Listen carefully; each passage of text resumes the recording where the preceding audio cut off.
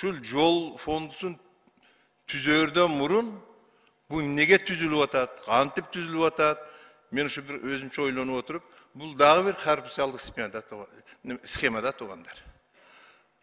Бул жол фондусун түзбөй эле, бул жол фондусу деп адамдардын башын оорутпай эле, бизде мурун салынган жолду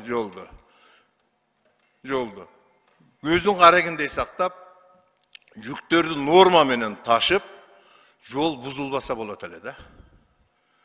Жол эмнеге бузулат? Жол определенный жолго нагрузка жүктүн оор ташылганынан жол бузулат туугандар. Биз бул маселени канча жылдан бери козгойбуз. Бул жөнүндө 2011-жыл 8 августта 1454 постановление чыккан.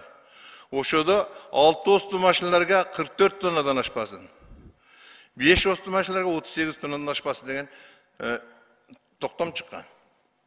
Бирок ошол күндөн ушул күнгө чейин таразалар коюлду. Таразада миңдеген адамдар иштейт. Таразаларда миңдеген пулдар чөнтөккө кетет да туугандар. Мен муну 1 февралда быйылкы чогулушта дагы айткан элем туугандар. Бүгүнкү күндө жүк 35 тоннадан кем жүктөп айтат жүк жөнөтүүчүлөр. Жүктүн өзү 35 тонна болса, жүктүн өзү 40 тонна болса, өзүнүн тарасы бир 15-17 тонна болса, 55-60 тоннанын жүк ташылып атат туугандар. Ал жүктөр жөн эле тараздан өтүп кетип атпай атат да.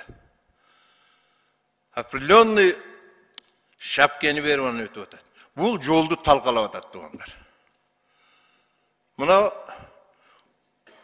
ушул жол фондун түзүү менен жол оңолуп кетет дегенге мен такыр ишенбейм туугандар. Себеби Минтранстын структурасы эшигиндеги дарбазадан 5-этажга чейин коррупционный адамдар отурат.